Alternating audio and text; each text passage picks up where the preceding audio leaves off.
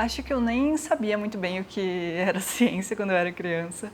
Eu gostava muito das aulas de ciência, biologia, química, física, quando eu estava no ensino médio. E aí eu ouvi falar desse curso da USP chamado Ciências Moleculares, que é um curso interdisciplinar de ciências, e ele é voltado para pessoas que querem seguir carreira acadêmica. Mas eu nem sabia o que era carreira acadêmica. Eu gostei da ideia de poder continuar estudando biologia, física, tudo que eu gostava ao mesmo tempo na faculdade. E entrei nesse curso.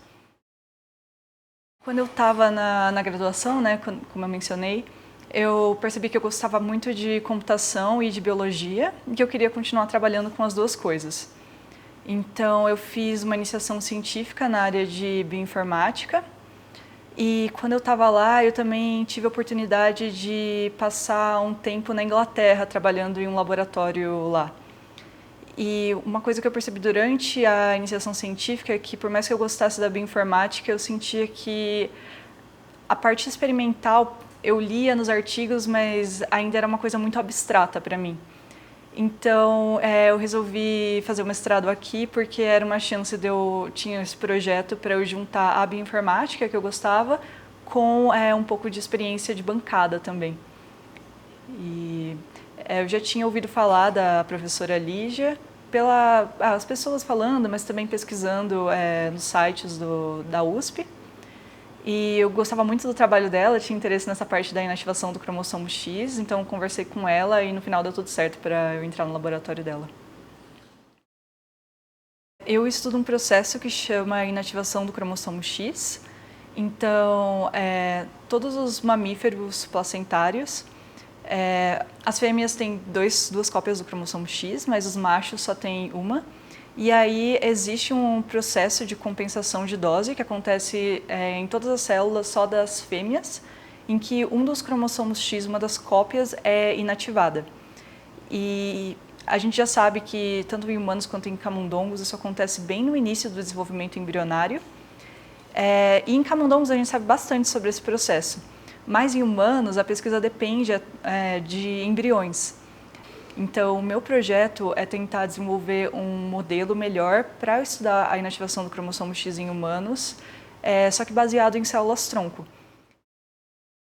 Primeiro você precisa das células-tronco, eu não cheguei a derivar, então a gente usa células que já foram derivadas.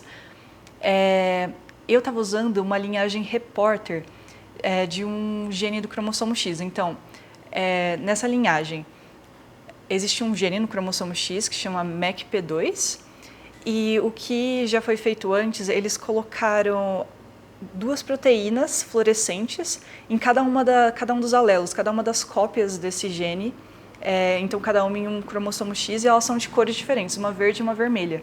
Então, quando a célula está expressando os dois cromossomos X, as duas cópias desse gene, a gente consegue ver a mesma célula, vermelha e verde. Porém, quando acontece a inativação do cromossomo X, uma das cópias vai ser inativada, então a gente passa a ver cada célula expressando ou o verde ou o vermelho. Então, eu usei essas células, cultivei elas, transformei elas para o estado que eu precisava para gerar os blastoides. E aí, para gerar os blastoides, a gente usa uma placa que tem vários pocinhos muito pequenos. A gente coloca algumas células lá e usa alguns meios diferentes que fazem com que a estrutura dos blastoides se forme. E aí, ao longo do processo de formação, eu fixo os blastoides, então isso interrompe o crescimento deles, como se congelasse eles no tempo, e vejo aquele estado como ele está. E daí comparo os diferentes estados ao longo do tempo. Eu acho que é importante a gente entender como as coisas funcionam. Foi uma coisa que eu sempre gostei e tem muita coisa que a gente não sabe. E sem a ciência a gente não vai avançar esse conhecimento. Acho que primeiro, meus professores no ensino médio mesmo, eu tive professores muito bons que eram animados, gostavam do que faziam, acho que isso foi importante.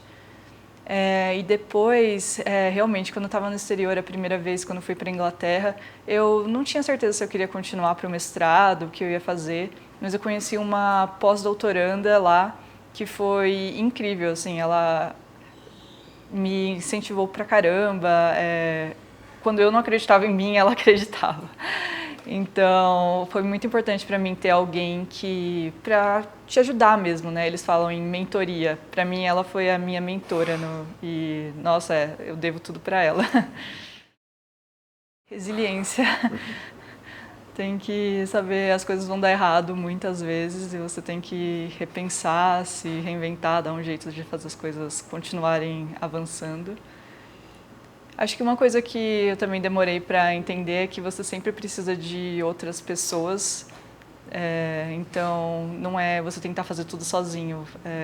Você está numa área muito específica e também tem outras pessoas ao seu redor que também vão estar trabalhando com coisas muito específicas. Então, o melhor é você ir atrás de pessoas que também são especialistas nas áreas delas e para todo mundo avançar junto.